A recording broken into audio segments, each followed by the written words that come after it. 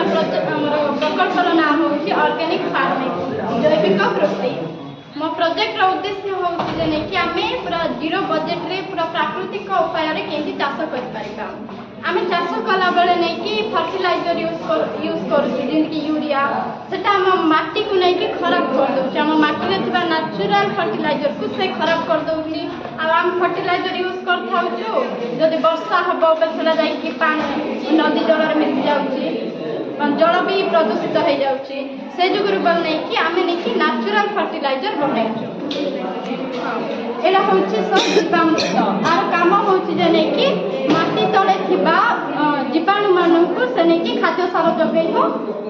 हृष्टपृष्ट कर जहाँद्वारा कि से माटी को उर्वर करेंगे भल माटी प्रस्तुत हम जहाँद्वारा कि भल चाष हो पार यहाँ हूँ जीवामृत सर यहाँ नहीं कि आम गोमूत्र गोबर गुड़ माटी बेसन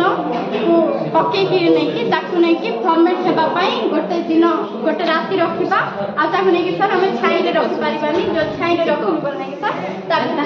जीवाणु जाक मरीज आम गोटे राति रखा से सर रेडी होटा नहीं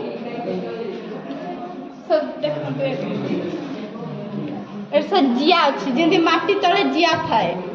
जोटा कि माटी को उर्वर करे जदि आम जीवामृत को नहीं सर माटी रे यूज करवा बेले नहीं तले जो माटी तले जो जीवाणु थी जिया जो सूक्ष्म जीवाणु जाक थी नहीं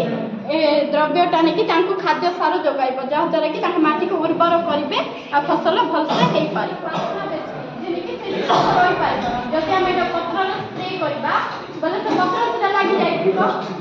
जहाँद्वारा कि पत्र को से नष्ट कर क्वेश्चन पचारे बोले पचर घर जिया बोल केचुआ जदि माटी प्रोब्लेम काना कर माटी उर्वर करे सर उर्वर ये सर माटी माटी जो जीवाणु थाए